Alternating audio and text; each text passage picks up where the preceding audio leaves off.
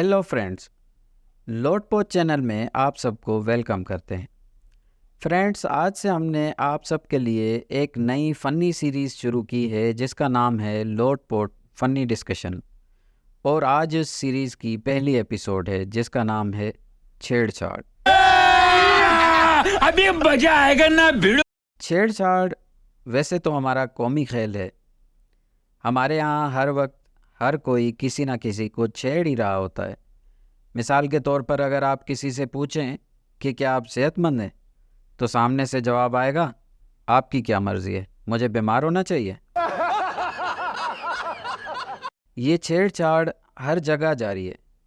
जैसे किसी railway station पर एक बोर्ड लगा हुआ था जिस पर लिखा हुआ था, खबरदार, कैमरे की आंख आपको देख रही है। और उसके बिल्कुल नीचे एक और जुमला लिखा हुआ था कि मुसाफिर अपने सामान की खुद हिफाजत करें। अब इन दोनों जुमलों को एक साथ देखकर तो ऐसा लग रहा था जैसे ये सब आवाम की नहीं बल्कि चोरों की हिफाजत के लिए लिखा गया हो। यहाँ आम तौर पर हर नौकरी से पहले तजुर्बा पूछा जाता है, लेकिन एक बहुत ही पहुंचे हुए बुजुर्ग के बकौल शादी ही एक ऐसी नौकरी है जिसके लिए ना तजुर्बाकार लोगों को ना सिर्फ इज्जत की निगाह से देखा जाता है बल्कि उनको तरजीह भी दी जाती है। Wow, beautiful! हमारी देसी ख़वातीन अपने शौहर को सुबह नाश्ता तैयार करके, उसके जूते पॉलिश करके, उसके कपड़े इस्त्री करके इसलिए दे देती हैं ताकि उसके पास घर में रहने का कोई बहाना ही ना रहे। और बेचारे शौहर हजरात इसको अपनी खिदमत समझकर जोड़े हो रहे होते हैं। एक छेड़छाड़ सरकारी सतह पर भी जारी है, और वो ये है कि सरकारी अफसर की इज्जत की तबई उम्र 60 साल है, बशर्ते कि वो कोई एक्सटेंशन ना ले ले। उसके बाद उसके बहुत सारे नाम पड़ जाते हैं, जैसे बड़े मियाँ, बुजुर्गों, बाबा जी और चाचा जी वगैरह।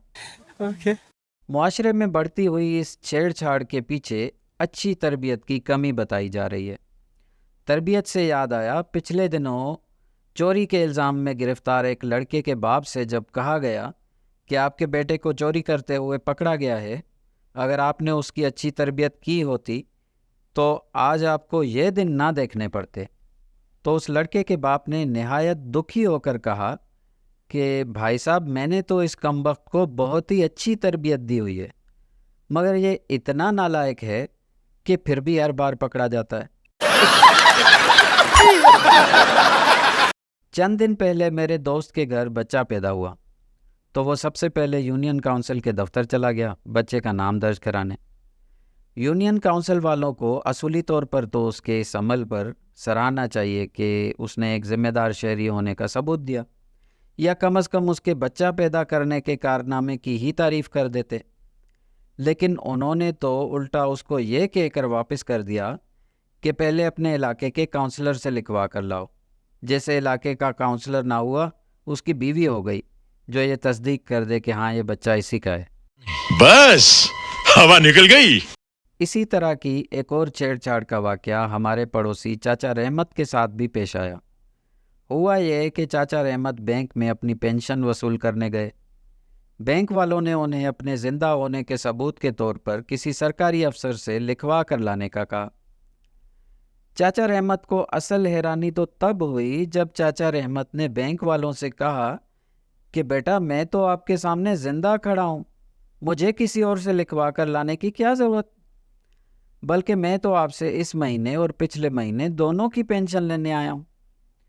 जिस पर बैंक वालों ने कहा कि आप जिंदा हैं हम मानते हैं, लेकिन यही बात आपको किसी सरकारी अफसर से लिखवा कर लानी होगी, और अगर आपको पिछले महीने की पेंशन भी चाहिए तो आपको ये भी लिखवा कर लाना होगा कि आप पिछले महीने भी जिंदा थे। साले का खोपड़ी तोड़ साले का। दोस्तों, ये थी आज की छेड़छाड़। अब इस छेड़छाड़ में छेड़छाड़ है भी या नहीं, इसका फैसला आप करेंगे। कमेंट में अपनी राय ज़रूर दीजिएगा। आजकल ऐसे लोग बहुत ज़्यादा हो गए हैं जो पूरी वीडियो तो मज़े से देखते हैं लेकिन लाइक और सब्सक्राइब नहीं करते, मगर मुझे यकीन है आप ऐसे बिल्कुल नहीं हैं। तो चलिए, मुझे इजाज़त, नई मज़ेदार वीडियो में मिलते हैं। अपना ख्याल रखिएगा। Good bye.